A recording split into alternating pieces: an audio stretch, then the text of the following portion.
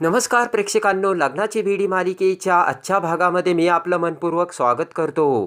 त्यामध्ये आता सिंधू ही पुन्हा मधूच्या रूममध्ये येते आणि म्हणते की आपल्याला सुद्धा डान्स शिकायचा आहे सुंदरी. तेव्हा आता राग घेऊन मधू उठून उभा राहत सिंधूला म्हणते की हे बघ, तुला माझा डान्स क्लास सुरूच होऊ द्यायचा नाही, बरोबर ना, आणि त्यासाठी तू इथे आली. सिंधू म्हणते की अगं नाही ग सुंदरी, बाहेर आपण तुझ्या रूमच्या भिंतीला चिटकवलेलं पोस्टर्स बघितलं आणि लगेच आपण तडक सरळ आतमध्ये आलो, आपल्याला सुद्धा डान्स शिकायचा आहे. तेव्हा आता सिंधू त्या 3 मुलींकडे बघते आणि म्हणते की अरे सुंदरी, तू असं का करतेस, बघ बरं आपण तुझ्याशी किती प्रेमाने बोलतोय. सिंधू म्हणते की बघा ना मुलींनो, पण ही तर आपल्यावरच चिडते. तेव्हा आता राग येऊन मधू पुन्हा म्हणते की हे बघ, मी तुझा प्लान कधीही यशस्वी होऊ देणार नाही आणि तू जा इथून, असे म्हणत मधू ही जोराने आता सिंधूला ढकलून देते. तेवढ्यात आता सिंधू पुन्हा मोठमोठ्याने रडू लागते आणि म्हणते की माझ्या पायाला लागलं, पाय लंगडला सुंदरी, तू का केलंस हे असं आणि मला का ढकललं, असे म्हणत आता सिंधू ही मोठमोठ्याने रडू लागते. रडतच सिंधू म्हणते की आपला पाय मोडून तू आपल्याला डायरेक्ट ढगात पाठवणार होतीस का. तर आता बोट करत मधू म्हणते की तू ड्रामा करू नकोस बरं का. मधू म्हणते की मी तुला फक्त जस्ट लाईटली हात लावला होता. रडत सिंधू म्हणते की सुंदरी, तुझा जस्ट लाईटली हात किती जड आहे माहिती का. तर आता सिंधू रडतच मुलींना म्हणते की मुलींनो, बघितलं का हिने धक्का मारला की नाही. तर ती मुलगी म्हणते हो हो मारला. तेव्हा आता पुन्हा मधू बोट करत म्हणते की तू फालतूचा ड्रामा करू नकोस. रडत सिंधू म्हणते की बघितलं का मुलींनो, हिच्याकडे तुम्ही डान्स शिकायला येऊ नका बरं का. डूल शिकवताना ही फायटिंग शिकवतात आणि मारतात सुद्धा. तेव्हा मधू म्हणते की काय बोलतेस तू. तेव्हा ती मुलगी म्हणते की मॅम, आम्ही तर फक्त डान्सची माहिती घ्यायला चालू होतो. आणि त्या मुली जाऊ लागतात. तर मधू म्हणते की मुलींनो थांबा ना, आणि मी तुम्हाला डान्स क्लासमध्ये स्पेशल डिस्काउंटही देते. सिंधू म्हणते की नको डिस्काउंट, नको डिस्काउंट घ्यायला, जिवंत तर राहिलं पाहिजे ना माणूस. जर माणूसच जिवंत नसेल तर काय करतात त्या डिस्काउंटचं. मुली आणखीनच घाबरतात. सिंधू म्हणते की एकदम ही मारवाडी आहे, खूप मारते बरं का. तर आता मधू त्यांना म्हणते की मी तुम्हाला फीजमध्ये 50% डिस्काउंट देते मुलींनो. त्या मुली म्हणतात की मॅम नको नको, घरचे आता आमची वाट बघत असतील, आम्ही जातो. तर आता लंगडतच सिंधू रडत रडत बाहेर पडते. आणि आता सिंधू बाहेर जाताच गल्लीतल्या त्या सगळ्या बायकांना हाका मारून बोलावते. सिंधू म्हणते की ओ ताई, ओ अक्का, ओ काकू, इकडे या इकडे या. सगळ्या गल्लीतल्या बायका तिथे जमा होतात. तर आता सिंधू म्हणते की काय सांगू तुम्हाला, हिने मला खूप मारून लंगडे बनवले. तर ती बाई म्हणते काय बोलतेस तू. तर सिंधू म्हणते हो हो. रडत सिंधू म्हणते की काय सांगू, आपलं सर्वस्व या बाईने हिरावून घेतलं. तर मंजुळा म्हणते की ते हिच्या तोंडावरून तर ही तशी वाटत नाही. सिंधू म्हणते की तिच्या तोंडावर जाऊ नका तुम्ही. रडत सिंधू म्हणते की या बाईने आपला नवरा ढापलाय. तर दुसऱ्या बायका आता तोंडालाच हात लावतात. आणि मधू म्हणते की उगाच तू काही खोटं बोलू नकोस बरं का. तर आता मधू म्हणते की काहीही बोलू नकोस. तर सिंधू म्हणते मी खोटं बोलते, मी खोटं बोलते का, बघाच आता तुम्ही, असे म्हणत सिंधू तिच्या बॅगमधून मोबाईल काढते आणि मोबाईलमध्ये राघवचा फोटो सगळ्यांना दाखवत म्हणते की बघा बघा. रडत सिंधू म्हणते की आपल्या नवऱ्याला काहीतरी सांगून ही इथे घेऊन आली आणि इथे या मुलींसोबत हिने डॅन्स क्लास सुरू केली. रडत सिंधू म्हणते की अजून किती लोकांना तू स्वतःच्या तालावरती नाचवणार आहेस. तर आता दुसऱ्या बायका तोंडाला हात लावत म्हणतात की अगं बाई बाई, किती पाताळ यंत्री बाई आहे ही. आता हात जोडतच सिंधू सगळ्या बायकांना म्हणते की आपण तुम्हाला एक रिक्वेस्ट करतो, तुम्ही तुमच्या लेकींना हिच्याकडे डॅन्स क्लास शिकवायला अजिबात पाठवू नका. एका सेकंदात तुमच्या सगळ्या लेकींना ही हिच्यासारखंच बनवेल आणि मग बसा बोंबलत, असे आता सिंधू त्या बायकांना सांगते. तर आता मधू म्हणते की तू खोटं का बोललीस राघवचे आपल्यावरती. तर लगेच सिंधू म्हणते की बघितलं का, बघितलं का कशी माझ्या नवऱ्यावर हक्क गाजवते ती. इकडे आता सिंधू म्हणते की माझ्या नवऱ्याला काहीतरी सांगून ही इथे घेऊन आली आणि तुमच्या लेकींना डॅन्स क्लासचं काहीतरी सांगत होती आणि हिने आपल्याला जोराने ढकलून दिलं आणि माझा पाय मुरगळला, व लांगडा झाला माझा पाय, असे म्हणत सिंधू पुन्हा रडू लागते. बायकांना आता राग येतो. हात करतच मंजुळा म्हणते की पोरी, तू काही काळजी करू नकोस, आम्ही आमच्या पोरींना हिच्याकडे डान्स शिकवायला पाठवणारच नाही. सगळ्या बायका म्हणतात चला ग पोरींनो, आणि त्या मुलींना घेऊन त्या आता सगळ्या बायका तेथून निघून जातात. तर मधू ओरडत असते, थांबा थांबा, माझा डान्स क्लास खराब होता. पण आता कुणीही तिथे थांबायला तयार नसतात आणि सगळ्या जणी निघून जातात. आणि तेवढ्यात आता मधूला खूप राग येतो सिंधूचा, आणि बोट करत मधू म्हणते की तू. तर सिंधूसुद्धा आता मधूकडे रागाने बघते आणि तेथून निघून जाते. मधू आता सिंधूकडे फक्त बघतच राहते. आणि आता इकडे मधू ते भिंतीवरचे सगळे चिटकवलेले पोस्टर फाडून आता हातात घेऊन पुन्हा रूममध्ये घेऊन येते. मधू म्हणते की तू जर आली नसती ना सिंधू, तर माझा डान्स क्लास सुरूच होणार होता. आणि पोस्टर लावता क्षणी त्या मुली आल्याच होत्या डान्स शिकायला माझ्याकडे. पण ती सिंधू आलीच माझ्याकडे आणि तिने त्या सगळ्या मुलींना पळून लावलं. त्या सिंधूने सगळ्यांसमोर माझी खूप बदनामी केली. हे आता मधू स्वतःशीच बोलत असते. सिंधूने माझी एवढी बदनामी केली की आता मी डान्स क्लास सुरूच करू शकत नाही, हे आता मधूच्या लक्षात आलेलं असतं. आणि आता तेवढ्यात मधूचे लक्ष राघवकडे जाते. तर मधू म्हणते की राघव तर अजून आलाच नाही आहे घरी. आणि तेवढ्यात आता मधू तिचा मोबाईल घेते. तर मधूच्या मोबाईलवर राघवचा मेसेज आलेला असतो. राघवने मधूला लिहून पाठवलेले असते की हे बघ मधू, माझा स्वयंपाक करू नकोस, मी बाहेर काहीतरी खाऊन तसंच ऑफिसला जाणार आहे आणि मला रात्रीसुद्धा ड्युटी आहे, तेव्हा रात्रीसुद्धा मी ड्युटीला जाणार आहे. ते वाचून आता मधूला मोठा धक्का बसलेला असतो आणि आजसुद्धा राघव येणार नाही, म्हणजे आपण आता मेलोच असे आता मधूच्या लक्षात आलेले असते. मधूला आता खूप राग आलेला असतो आणि रागाने मोबाईल फेकून देत मधू म्हणते की काय हे राघव, तुझ्यामुळे मी घर सोडलं आणि इथे राहायला आले, आणि इथे काय हे सगळं नाटक. मधू म्हणते की एवढा ऐशो आराम सोडून मी तुझ्यासाठी इथे आली आणि काय तू इथे नाही आहे, आणि मी किती मोठी चूक केली हे आता मधूच्या लक्षात आलेलं असतं. मी एकटी इथे आहे आणि तूच इथे नाही आहे. इथे आल्यापासून आपल्या दोघांना एकटा वेळच मिळालेला नाही आहे, असे मधू आता स्वतःशीच बोलत असते. मधू म्हणते की मला आता खूप भूक पण लागली आहे, काय करू असे म्हणत आता सगळे भांडे मधू तपासू लागते, पण खायला काहीच नसते. आणि आता कळशीमध्ये तांब्या बुडवताच मधूच्या लक्षात येते की कळशीमध्ये सुद्धा प्यायला पाणी नाहीये. आणि आता सगळे भांडे तपासून होताच आता एक एक भांडं मधू खाली टाकते आणि म्हणते की खायला सुद्धा काही नाहीये. तेवढ्यात मधूची नजर आता तिच्या पर्सकडे जाते आणि मधू म्हणते की पैसे, आणि ताबडतोब मधू तिच्या पर्समधून आता पैसे काढते. आणि आता मधूने पैशासाठी सगळी पर्स उचकलेली असते आणि त्यामध्ये आता मोजून मधूकडे 112 रुपये असतात. मधू म्हणते की माझ्याकडे तर सगळे 112 रुपये आहे, तेव्हा आता मी काय करू आणि काय खाऊ. आणि तेवढ्यात दरवाजावरती टकटक असा आवाज येतो. दरवाजाकडे बघत मधू विचार करते की 1 मिनिट, राघव तर आला नसेल ना. पुन्हा दरवाजावर टकटक असा आवाज येतो. तर मधू आता ते पैसे पर्समध्ये ठेवून दरवाजा उघडायला जाते. आणि आता मधू ही दरवाजा उघडताच सिंधू ही मधू समोर आलेली असते. रागाने सिंधूकडे बघत मधू म्हणते की तू इथे काय करतेस आता. तर आता लगेच ते जेवणाचे डब्बे दाखवत सिंधू म्हणते की तुझ्यासाठी जेवण आणलंय. मधू म्हणते नकोय मला तुझ्या हातचं जेवण. आतमध्ये येत आता सिंधू म्हणते की अगं तुझ्यासाठी सुंदरी खास पंचपक्वान्नाचं जेवण आणलंय मी. राग येऊन मधू सिंधूला म्हणते की मी उपाशी राहीन, पण तुझ्या हातचं जेवणार नाही, असे म्हणत आता मधू ही बाजूला जाऊन बसते. मधूकडे येत आता सिंधू म्हणते की मधू मधू मधू मधू, अगं तू काय करतेस आणि किती वेळाची उपाशी राहणार आहेस. सिंधू म्हणते की मला माहिती आहे तुला भूक लागली आणि म्हणूनच मी तुला खाण्यासाठी जेवण घेऊन आले. तिथे ठेवलंय बरं का, मी खाऊन घे मधू, तुला खायचं असेल तर खाऊन घे बरं का, असे म्हणत आता सिंधू ही बाहेर निघून जाते. तर आता सिंधूकडे बघत मधू पुन्हा विचारात पडते खाऊ की नको. आणि आता मधू ही पुन्हा तिच्या पोटाला हात लावते आणि मधूचे लक्ष आता सिंधूने ठेवलेल्या त्या जेवणाच्या डब्याकडे जाते. आणि आता भूक लागली असल्यामुळे मधूच्या तोंडाला पाणी सुटलेले असते. आणि आता मधू ही सिंधू गेली की नाही असे विचार करून आता दरवाज्यात बघू लागते. दरवाज्यात कोणीच नसतं. तर पटकन मधू आता पळतच त्या सिंधूने ठेवलेल्या जेवणाच्या डब्याकडे जाऊन ते जेवणाचा डबा घेते आणि पळतच आता कॉटकडे येते. सिंधू आता लपून ते सगळे बघत असते. पटकन आता मधू तो जेवणाचा डबा उघडते तर त्यात भाकरी आणि भाजी असते. आता मात्र मधूला राहवत नाही मधूच्या तोंडाला पाणी सुटून. आता भूक लागली असल्यामुळे लगेचच भाकरी आणि ती भाजी मधू गपागपा खाऊ लागते.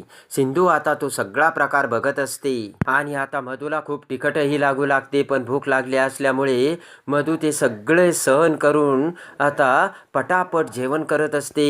आणि आता दरवाजातून सिंधू मधूकडे बघते आणि सिंधूला आठवतं की सावीला ज्या वेळेस मधूने किडनॅप केले त्यावेळेस आता मधूने आता सिंधूला बोलावून सांगितलेलं असतं की तुझी सावी माझ्या ताब्यामध्ये आहे. जर तू माझं सत्य घरच्यांना सांगितलं तर तुझी सावी तेव्हा आपण कसे मधूच्या कानाखाली मारले आणि मधूने आपल्याला कसे दरीत ढकलून दिले हे सगळं आता सिंधूच्या डोळ्यासमोर येतं.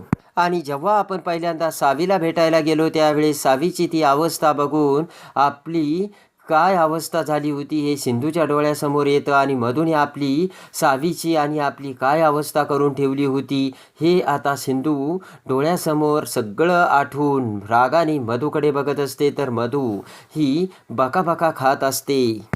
इकडे आता ज्या वेळेस आता सावीला घरी आणलेलं असतं त्यावेळेस मधू सावीच्या बेडरूममध्ये येऊन मधूने सांगितलेलं असतं की हे बघ सावी, मला माझा फायदा बघावाच लागेल आणि माझा फायद्यासाठी तू कधीच शुद्धीवर येता कामा नये आणि त्यासाठी मला हे करावंच लागेल असे आता सावीकडे बघत मधूने म्हटलेले असते. आणि सावीसाठी आणलेला वरण भात आता मधूने कचऱ्याच्या डब्यामध्ये टाकलेला असतो हे देखील आता सिंधूला आठवतं. सावीच्या गोळ्या देखील फेकून दिलेल्या असतात आणि सावीसाठी आणलेला शिरा स्वतः मधूने खाल्लेला असतो हे सगळं आता सिंधूने बघितलेलं असतं आणि सिंधूला ते सगळे आठवते. आणि आता मधूकडे बघत सिंधू विचार करते की माझ्या सावीच्या प्रत्येक आता क्षणाचा मी बदला घेणार आहे. माझी सावीची जी तू अवस्था केली ना तशीच मी तुला तुझी अवस्था करून एक एक दिवस मी सगळ्या पापाचा हिशोब करून तुला एक एक दिवससुद्धा सुखाचा जगू देणार नाही मधू. असा आता मधूकडे बघत सिंधूने ठाम निश्चय केलेला असतो. राघवला मिळवण्याचा तुझा प्रयत्न मी कधीच यशस्वी होऊ देणार नाही मधू असे आता सिंधू मधूकडे बघत विचार करते. तर मधू आता फक्त खाण्याचा सपाटा मधूने लावलेला असतो. इकडे आता मधू ही कशी बशी ती भाकरी खाते पण मधूला खूप तिखट लागलेलं असतं. मधू म्हणते की बापरे खूप तिखट आहे आणि तो भाजीचा डब्बा बाजूला ठेवत मधू आता पाणी शोधण्यासाठी पुन्हा किचनकडे जाते. आणि आता मधूला कुठेच पाणी सापडत नसते. पटकन आता मधू पुन्हा आता तिच्या पर्सकडे येते आणि पर्समध्ये पाण्याची बाटली आहे की नाही ते बघते पण त्यामध्ये सुद्धा पाणी नसते. मधूचे तोंड खूप भाजलेले असते आणि आता मधू ही सैरभैर झालेली असते. तेवढ्या दरवाजातून सिंधू गाणे गुणगुणत मधूकडे येऊ लागते आणि म्हणते की जैसे ज्याचे कर्म तैसे फळ देतो ईश्वर. वर बघत आता देवाला हात जोडत सिंधू म्हणते की देवा वैऱ्यावर सुद्धा अशी वेळ येऊ नये. आणि मधू काय वेळ आली तुझ्यावरती. मधूचे तोंड भाजलेले असते. मधू आता सैरभैर होऊन फक्त तिला पाणी हवं असतं. मधूचे खूप हाल होत असतात. तर सिंधू म्हणते की पण मधू तुझ्यावरती ही वेळ का आली याचा तू विचार केलाय का. नाही ना, कारण तुझ्यात तशी विचार करण्याची कुवतच नाहीये. तर आता मधू म्हणते की तू इथे का आलीस, जा ना तू. आणि आता मधूचे खूप तोंड भाजत असते. सिंधू म्हणते की अगं मधू तुला किती त्रास होतोय आणि तुला पाणी मिळत नाहीये, तुझ्यासाठी आली मी. सिंधू म्हणते की मधू तू माझ्याशी खूप वाईट वागलीस पण तू टेन्शन घेऊ नकोस, मी तुझ्याशी तसं वागणार नाही. सिंधू म्हणते की माझे आप्पा नेहमी म्हणायचे पाणी देण्यासारखं पुण्य नाही, तेव्हा मी तुझ्यासाठी पाणी घेऊन आले. असे म्हणत आता सिंधू तिच्या बॅगमधून पाण्याची बाटली घेते. आणि आता पाण्याची ती बाटली बघताच आता मधू ती बाटली सिंधूकडून ओढून घेऊ लागते. तर सिंधू म्हणते की माझी उष्टी आहे, मी घेतलंय बरं का, थोडं पाणी चालेल का तुला. मधू आता सेकंदाचाही विचार न करता ती बाटली आपल्या हातात हिसकावून घेत घटाघट आता ते पाणी पिते. आणि आता 2-3 घोट पाणी पिल्यानंतर मधू म्हणते की पाणीसुद्धा संपलंय आणि बाटली फेकून देत मधू म्हणते की दुसरं पाणी आहे का तुझ्याकडे. तर सिंधू म्हणते नाही, माझ्याकडे तेवढंच होतं. तर आता मधू म्हणते की अजूनसुद्धा तिखट जात नाही, आता तर खूप लागू राहिलंय. सिंधू म्हणते पाणी हवंय. तर मधू म्हणते हो.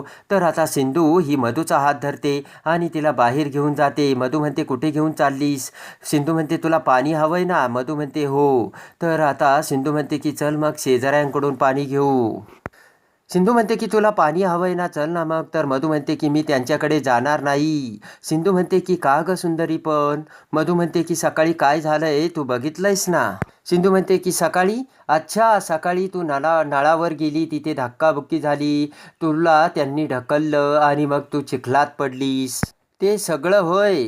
तर आता मधूच्या डोळ्यासमोर सकाळी नळाच्या ठिकाणी आता काय आपली हालत झाली होती हे सगळं आता मधूच्या डोळ्यासमोर येतं. आणि आपल्याला बायकांनी कसं ढकललं आणि रांगेत कसं उभा राहायला लावलं आणि जेव्हा आपला नंबर आला त्यावेळेस कसं पाणी नळाचं निघून गेलं हे आता मधूला आठवतं.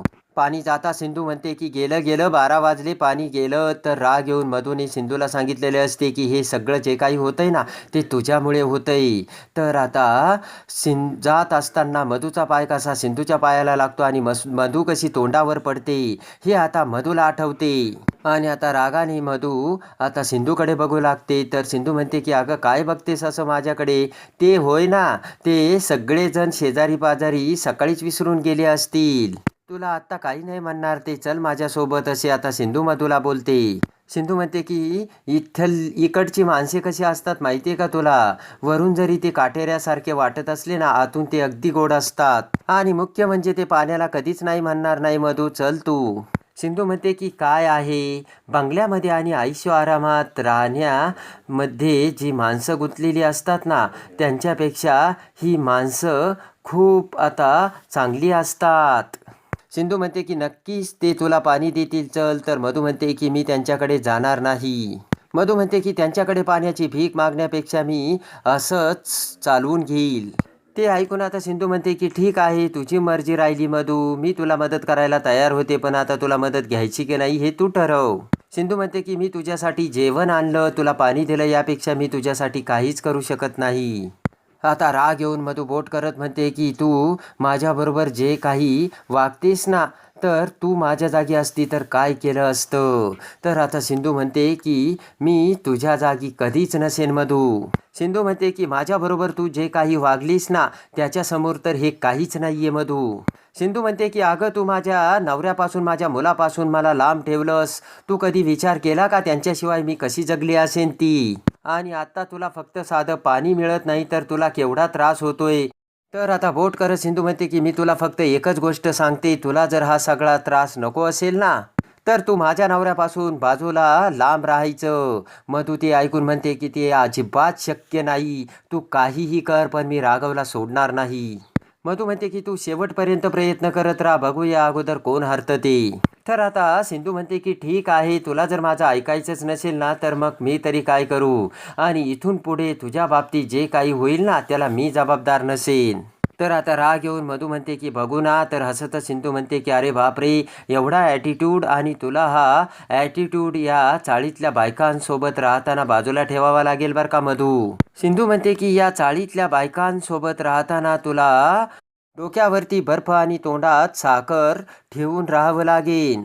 नाही तर त्यांच्याशी जर तू पंगा घेतला ना मधू, त्याचे परिणाम जे होतील ना ते भोगायला तू तयार राहा, अशी भीती आता सिंधू मधूला घालते. तेव्हा आता मधू म्हणते की तुझ्याकडे कुणी सल्ला मागितला का? नाही ना, मग जाल ना इथून, कशाला फुकट बडबड करतेस. सिंधू म्हणते की अगं तुझ्यासोबत माझा नवरा राहतोय ना, त्याला काही होऊ नये ना, म्हणून मला त्याची काळजी वाटते. तुझं काही जरी झालं तर मला काही घेणं देणं नाही, असे आता सिंधू मधूला बोलताच मधूला मोठा धक्का बसलेला असतो. आणि आता सिंधू तेथून जाऊ लागताच पुन्हा थबकते आणि मधूकडे बघत म्हणते की कधी एकेकाळी मी तुला मैत्रीण मानलं होतं मधू, आणि तेव्हा मैत्रीच्या नात्याने मी तुला एक सल्ला देऊ का?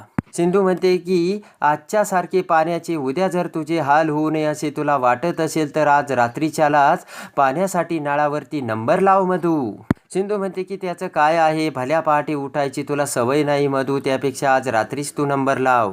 तू जर असं केलं ना मधू, सगळ्यात अगोदर पाणी भरायचा नंबर तुझा असेल आणि मग तुला सगळ्यात अगोदर चान्स मिळेल. तू अगोदर पाणी भरशील आणि बाकी सगळे नंतर पाणी भरणार. सिंधू म्हणते की मधू तुला माहिती आहे का, मला माहिती आहे की तुला माझ्या सल्ल्याची गरज नाहीये, पण तरीसुद्धा सांगते, माझ्या आप्पांना नेहमी म्हणायचे समोरचा जर संकटात असेल तर आपण सल्ला द्यावा, ऐकायचंय की नाही हे त्याने त्याचं ठरवावं. तेव्हा ऐकायचं की नाही हे आता तुझ्या हातात असे आता सिंधू मधूला बोलून तेथून निघून जाते. आणि आता इकडे मधूला मोठा धक्का बसलेला असतो आणि मधू आता विचारात पडलेली असते. इकडे आता सिंधू ही रत्नबारक्यांच्या घरी येऊन काकू समोर हॉलमध्ये बसलेली असते.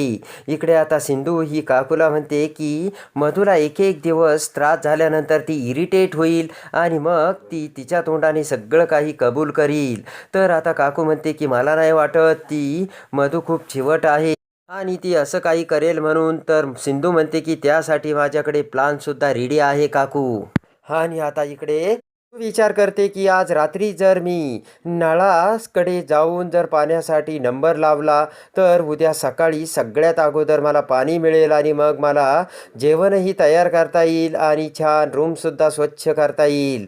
असे म्हणत मधू आता रात्रीच पाणी भरण्यासाठी मधूने नंबर लावलेला असतो. आणि आता पहाटे नळाला पाणी येताच मधू आता पटापट हंडा घेऊन समोर असलेल्या पिंपामध्ये पाणी टाकत असते आणि अखेर ती पाण्याची टाकी मधूने हंड्याने भरवलेली असते. आणि आता मधू खूप खुश झालेली असते. आणि आता त्याच वेळेस सिंधू तिथे येते आणि म्हणते की अरे वा क्या बात है सुंदरी, रात्री लवकर उठलीस आणि आज तर पाण्याची टाकी भरून ठेवलीस तू. असे म्हणत असताना सिंधू गुपचूप आता तिने तिच्या जवळ मेलेली पाल आणलेली असते आणि पटकन आता सिंधू ती मेलेली पाल त्या पाण्याच्या टाकीमध्ये टाकते आणि मोठ्याने ओरडते. तर आता मधू म्हणते काय झालं. तर सिंधू म्हणते की टाकीमध्ये मेलेली पाल आहे. ते बघून आता मधूला मोठा धक्का बसलेला असतो आणि आता टाकी भरून पाणी आणत आता मधूची सगळी मेहनत सिंधूने वाया घालवलेली असते आणि पालीने मोठी करामत करून सिंधूने आता पुन्हा मधूला जमीनदोस्त केलेलं असतं. आणि आता सिंधू ही हसतच मधूकडे बघू लागते आणि म्हणते की हे पाणी आता तू झाडांना टाक. तेव्हा आता मधूला मोठा धक्का बसलेला असतो आणि मधूची सगळी मेहनत फुकट गेलेली असते. आणि आता उरलेले हंड्यातले पाणीसुद्धा मधूने त्या ड्रममध्ये टाकलेली असते आणि मधूच्या हातातून आता सगळं काही निसटून गेलेलं असतं.